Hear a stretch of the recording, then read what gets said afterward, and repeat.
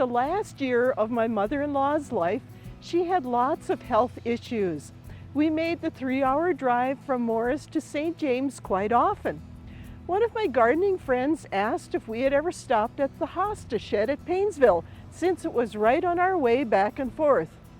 Well, we had a few extra minutes one day, so we pulled in and admired the many hostas they had for sale. I wandered off, came around a corner, and saw a sight to behold and to share with you. Funding for Prairie Yard Garden is provided by Heartland Motor Company, providing service to Minnesota and the Dakotas for over 30 years in the heart of truck country. Heartland Motor Company, we have your best interest at heart. North Dakota State University, through its Field to Fork educational program, providing research-based information on growing, preparing, and preserving fruits and vegetables. Mark and Margaret Yakel-Julien in honor of Shalom Hill Farm, a nonprofit rural education retreat center in a beautiful prairie setting near Windham, Minnesota. And by Friends of Prairie Yard Garden, a community of supporters like you who engage in the long-term growth of the series. To become a friend of Prairie Yard Garden, visit pioneer.org/PYG.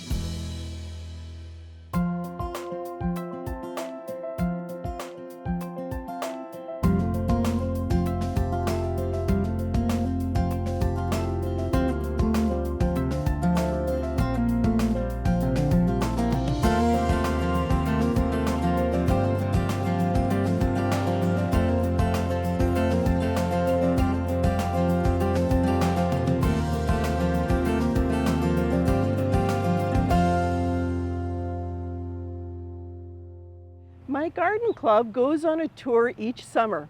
Last year, one of the places we visited were the gardens of Rita and Jim Erickson at Paynesville. Rita and Jim have retired from owning the Hosta Shed, but their gardens are a perennial paradise. After getting to enjoy this beautiful area, I asked Rita if we could come and do a show for Prairie Yard Garden so all of our viewers can share the beauty too, and she said yes. Thanks, Rita, for letting us come. You're welcome.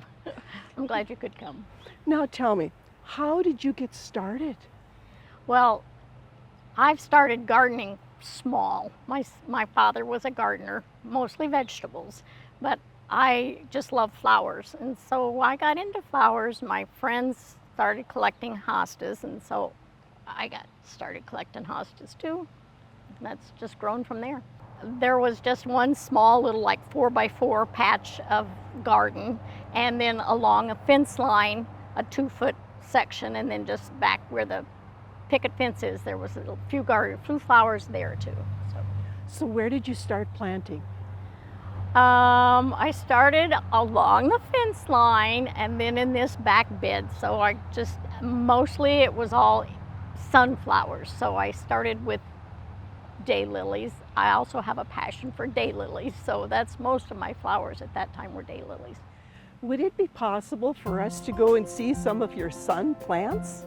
Sure, let's go take a look.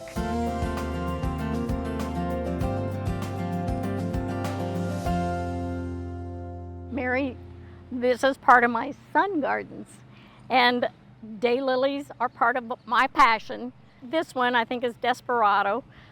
There's one back here, it's a peach with a pink tint to it. I really like that one. How in the world do you keep up with all of the weeding here? Mulch. I get lots of mulch. I have big piles. I have people that, tree trimmers that dump up on top. A lot of they'll just ask me, you know, do you have a place for them? And I said, just dump them up on top. And so we mulch fairly heavily. How did you get the stepping stones in your paths here? Well, my husband made some of the concrete ones, and these other ones I've just bought on sale. And then I just decide to try and find a focal point. The bird bath, of course, is being hidden by the sedum right now, but that was a focal point. How do you manage to mix the textures and the colors so beautifully? Well, thank you. It just happens. I mean, I like the variegation. I love the variegation. Have you intentionally planted the different daylilies to get a longer season of bloom? Yes. Yes, that was one of my concerns, was that I wouldn't have enough color. But I do plant them, and as with all perennials, you plant different ones to extend your bloom time. So Mary, this is another one of the sun gardens, and it's right on our patio, and I have many different seasonal plants in here. I have, well, there's tulips in, and there's sedum for the fall, and there's asters down here. There's peonies. I have annuals. I have marigolds on the patio, and they seeded themselves this year just like that. It's like I didn't plant any of those. They're all from seed. What are the beautiful blue and white flowers in the middle there? Yeah, those are balloon flowers. They take deadheading to make them look nice. They tend to flop once in a while. I have a couple of cages around them, but they're beautiful. And here's a Jacob's Ladder. That's another spring, early summer bloomer. And I also have it in a variegated variety, which is really nice. I like it a lot. Over here, there's Allium, also a spring bloomer, and it has a very interesting head when it's done blooming. Some people have taken them and spray painted them, and like for the 4th of July, they have them so they're like sparklers. On some of these, I've cut the stalk off, and I've just let them sit there for just, looks, texture, and then when they start to form the seeds, they're out of here. And Mary, this plant, when I bought it, the lady told me it was called a hard-leafed lamb's ear. Well, I've since found out that I believe it's called Betony. And I had it just in the purple color, and it has started seeding. It will seed itself, and I have pink now too, and so I really like the pink. So I'll take and put the pink ones different places for more color and more texture. Then for fall, are there specific plants that you like for fall color in here too?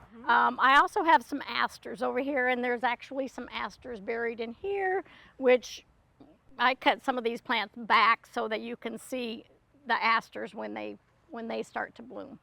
And of course, the sedum has seeded itself so much here too, so it's going to have to partially go too. But it's very, very pretty in the fall. Do you deadhead your daylilies after they're done? Every day. I take the spent blooms off every day. They just, when they're on there, they just distract from the beauty of the plant. So, yes. And then how far down do you cut the stalks? Depending on how much time I have. I'll go clear to the bottom if I have a lot of time. If I'm just trying to tidy up, I'll just snip them below the green. How did this come to be? The gazing ball? Yes. My husband makes all the gazing balls. They're from a bowling ball, and he just sits and glues all the little beads. Throughout the garden, you'll find lots of gazing balls. He was actually selling them when we had the Hosta Shed. He would sell them, so that was how they came about. How do you keep up with the watering? Our watering system is out of the lake, which I think provides a lot of nutrients. Why a lot of my plants look pretty good is from the lake water. And when we moved here, a plumber owned the property, and he had a row of pine trees up the hill, and he had run water all the way up the hill. So we have a big pump across the lake, and it pumps water all the way up the hill. Wow. Well, this is so gorgeous, but now can I see your shade area too? You sure can.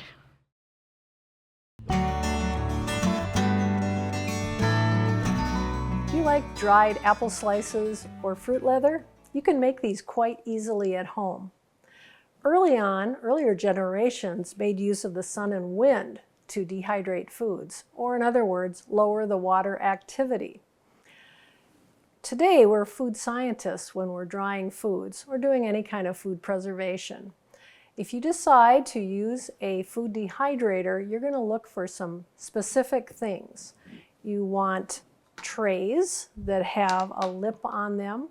You want a dial that shows you the temperature. And by the way, if your oven goes low enough, you can dehydrate in your oven if it goes down to 140 degrees. And you also want a grounded plug. Here's the recipe for homemade fruit leather. I have a cup of applesauce, a cup of pureed berries, a tablespoon of honey, and we mix these together in a food processor or a blender. And then we're going to spray our tray with a nonstick cooking spray, and then spread it out evenly and let it dehydrate for about 6 hours. We want the temperature to be about 140 degrees in your food dehydrator or oven. Now it's time to enjoy our delicious snacks. This is Dr. Julie taking you from field to fork. Until next time.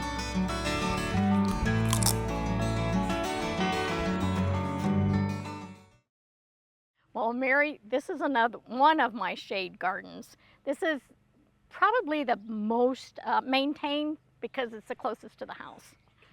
And I have many different varieties of plants in here besides the hostas. I have companion plants like the corabells. I have many different corabells and a stilby, and here's a purple one that's in bloom over here now. I have bleeding hearts. I have probably, I think, 5 different varieties of bleeding heart. I have the chartreuse, I have the plain pink one, I have a dark red with a dark stem. I have the white. These are all white that are back here. I also have Jack in the Pulpit. And Jack in the Pulpit showed up one day. And it's a nice plant and it's fun to have. Also seeds itself, and I will find it in many different places. So yeah, it's like the good and the bad. How many hosta varieties do you have? The varieties, I used to have, I have keep track of all of them in a log, and I had 950 at one point, but the winter was so bad, I lost several varieties over the winter. I'm probably at about 930, 940 now, somewhere in that variety. And then you even label your plants too, don't you? I do, especially I do the daylilies and I do the hosta. Some of the other stuff I don't label, but I find that these are the best markers.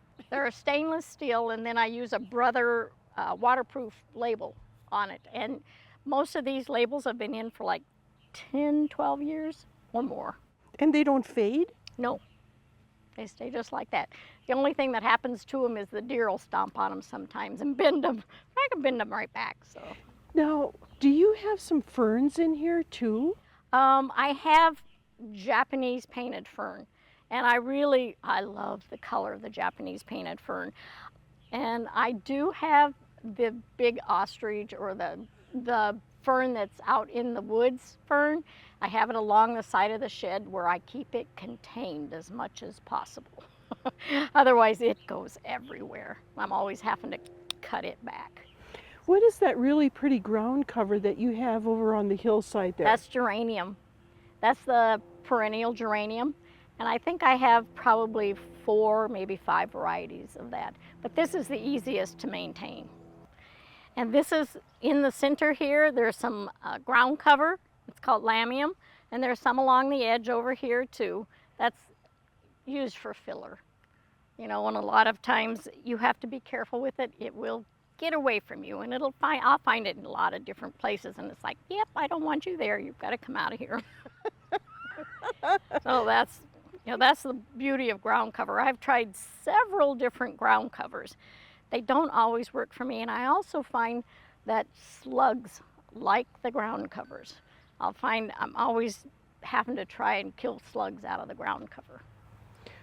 So do you have trouble with slugs with all of your beautiful hostas? Yes, of course. You have hostas, you're going to have slugs. I do the ammonia drench. That's early in the spring. and you drench around when they're just coming up, and that helps keep the population down.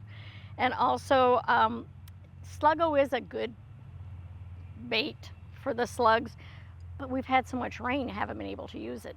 If you come out and with your spray bottle and you get right down in there, you can find them right down in the crown, and I just spray that ammonia drench on them. It doesn't hurt the hosta at all, but it'll get rid of the slugs. Do you have to worry about the leaves burning if it's hot when you're spraying? Not really, because most of them are in the shade. And then Mary, I wanted to show you, there's some of my favorites. There's Spilt Milk is right there, Fragrant Bouquet. I have one called Fire and Ice, which is a small one down here. And I love it's just such a fun name, and it's got the real rippled edges, and it just goes all over everywhere. And one of my favorites is Rainbow's End, and it has such a beautiful color combination. And I also have big hostas. Sunpower, my Sunpower is like huge. I have the Empress Wu. She hasn't reached proportions like everybody says it's going to, but I do have some that are really big. Key West, that's a beautiful gold. It's really tall and real cascadey leaves on it. That's very pretty. And it also puts out several seedlings. I do have a lot of seedlings off of it, and they're gold and green, but most of them are gold, and they're really pretty. What do you do with the seedlings when they come out? Try to find a place for them, usually. My sister came up one year, and she took seedlings from and named them all her grandchildren. So she has a garden of my seedlings that just have her grandchildren's names on them. It's kind of fun. Okay, now here's a question for you. Are there any hostas that are maybe your least favorite? My least favorite? Well, that would be possibly this one, although it's a beautiful one. It is a slug magnet. Miracle Lemony, I think is the name of it, is a small one that was hybridized to have a yellow flower. And it's kind of a hard grower. It's an okay little plant, but the slugs really like it too. So anything that really attracts the slugs, I'm not as crazy about. So do you ever come out here and sit in this area? I see that you've got kind of a seating area. You're looking at my bench. We brought this bench back from South Carolina several years ago, and I put it there, and that tree was much smaller. And I garden, I don't always look, and I don't pay attention. And I came out one day and I looked, and it's like, uh-oh. I tried to move the bench. The tree has grown around it. There is no moving that bench. It's there permanently. Well, would it be possible to see a couple of the other features here in the yard and to have you show us some of your favorite things up in the upper area? Sure, Mary. Let's go do that.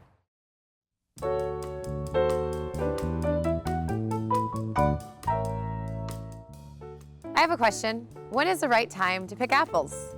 Well, the first thing you need to know is what variety do you have? And once you know that, you can look up an extension bulletin to get a rough idea of what time of year you should be picking. Apples in Minnesota can be picked anywhere from beginning of August all the way to the beginning of November. For example, Honeycrisp, right about middle of September is when we start picking Honeycrisp. And then you need to take a look at your actual apple tree. And this, the first thing that you're going to be looking at is what we call background color. So most apples are what we call bicolors, so red on top of some other color, like yellow. And as an apple matures, that background color goes from green to yellow. And what we can see behind me right here is that, yes, indeed, that background color has gone from green to yellow. The next thing we want to do is actually pick a piece of fruit off the tree and then cut it open so that we can see the seeds. And what we can see here is that the seeds are indeed brown and not white. If they were white, that fruit is not ready to pick, it's not mature.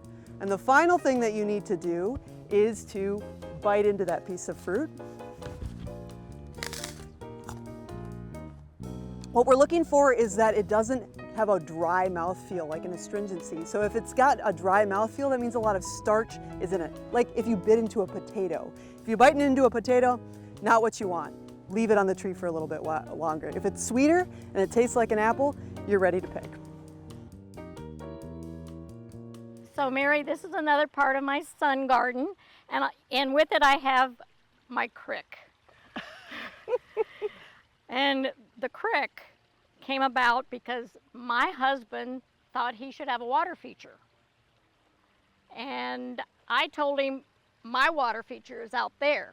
But he insisted on doing this, and my friend has a pond, and so she came and kind of helped us. We had to find the liner, and my other friend was a farmer, and so she had the field stone. And so we made mini trailer trips to get the field stone.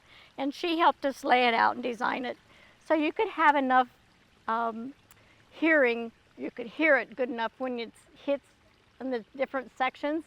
And so that it's just another feature of the gardens. Well, when we were down below, I saw that balloon flower, but there's another color here. Yeah, I have a lavender, and it's a double lavender. And it was the only one that I had here at one time, but as time goes on, they gather and I get more. And I don't know if you noticed, but there's some mums up in here. Those are all Minnesota mums. And so I have found that with the Minnesota mums, you kind of get what you get. You buy a color, and then it seems to decide to be whatever color it wants to be. So you can start out planting something here or there, and then you go, that color is not going to work there, and then I have to move it. So I have some yellow ones that are combined like with some of the daylilies that have some yellow and some real pretty purple edging, and they work really nice together. Well, and I see you've got a clematis here on a little arbor. I do have a clematis. My clematis, everybody has trouble growing clematis, and I have clematis, grows wild everywhere. In fact, I'm always digging it out, and it's like, somebody take the clematis. Well, I see you've got even a bigger arbor. Tell me about this. Yeah, if you go up to more into the shade gardens, you're going to find that you'll walk past this arbor my husband and I built.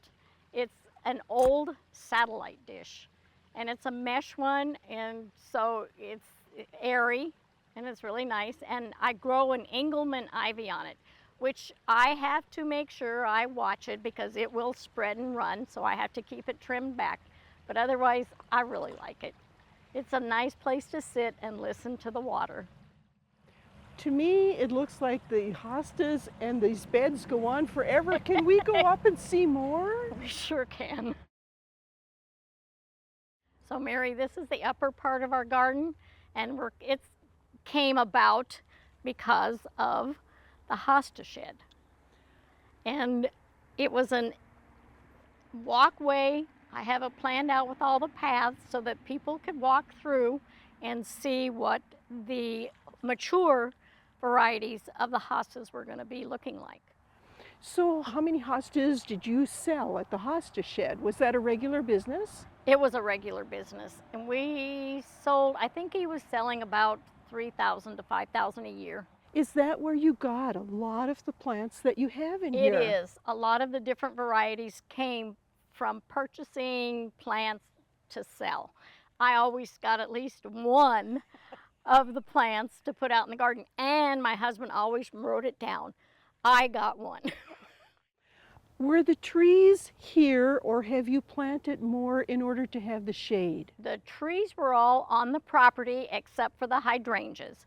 The hydrangeas, we planted those. Now, we're kind of a ways away from your house. Do you have any trouble with the deer up here, and what do you do? We do have the deer. They have, and they were here before we were. They have a path that goes down and across into the woods. But I spray deer repellent, liquid fence. I use quite a bit of liquid fence. And I have also used the Milorganite. And the Milorganite also helps with a little bit of the fertilizing. But if I'm pretty diligent about spraying, I don't have any problem. So Mary, I do have some pretty good sized hostas up here. I have one that's called Chief Sitting Bull. He's huge. And I also have, if you can see this gold colored hosta over here, that is one of my seedlings. I think it's going to be spectacular. But I don't hybridize. I just pick out seedlings and take care of them. But I do, besides having the great big ones, I do have miniature hostas. They're in their special bed, shaped like a heart, because I love them. Mostly I have quite a few of the mouse ears series. They're kind of unique because of, and the mouse ears flowers are so pretty. They're very beautiful. Started with, I think, blue mouse ears is one of the main ones. And then there's like church mouse and ruffled mouse. I think I have probably 10 or more of the different mouse ears varieties. Are the miniatures as aggressive or as hardy as the regulars? They are. They just don't get as big. But they're pretty hardy. Rita, do you do anything with this whole area for the winter? I trim back the flowers when they start looking bad, but I have to make sure that I disinfect my tools every time I cut a flower, because there is a virus out there called virus X now, Hosta virus X, and if you don't disinfect between all the flowers when you're cutting them back, you will get virus X. And virus X can stay in a plant for 10 or more years. They don't even know for sure how long it can be. But you might have had a plant for 15 years and then one day it shows up with the virus X. If you're dividing them, disinfect your spade or your shovel or whatever you're going to use. Make sure you disinfect between plants. If somebody wants to start a bed, what recommendation would you have? Well, the first I would say, check with your neighbors that have flowers. People are always trying to get rid of plants that they don't want to just throw away. They'd like to have. Now, when I do my dividing, it was really easy when we had the Hosta Shed. So I just put them in a container and set them out, and people would take them. But otherwise, you just go all the nurseries around and find your favorite, and hopefully it all works out for you. Well, thank you so much for sharing this beautiful place. You're so very welcome. Funding for Prairie Yard Garden is provided by Heartland Motor Company, providing service to Minnesota and the Dakotas for over 30 years in the heart of truck country. Heartland Motor Company, we have your best interest at heart. North Dakota State University, through its Field to Fork educational program, providing research-based information on growing, preparing, and preserving fruits and vegetables. Mark and Margaret Yakel-Julien in honor of Shalom Hill Farm, a nonprofit rural education retreat center in a beautiful prairie setting near Windham, Minnesota. And by Friends of Prairie Yard Garden, a community of supporters like you who engage in the long-term growth of the series. To become a friend of Prairie Yard Garden, visit pioneer.org/PYG.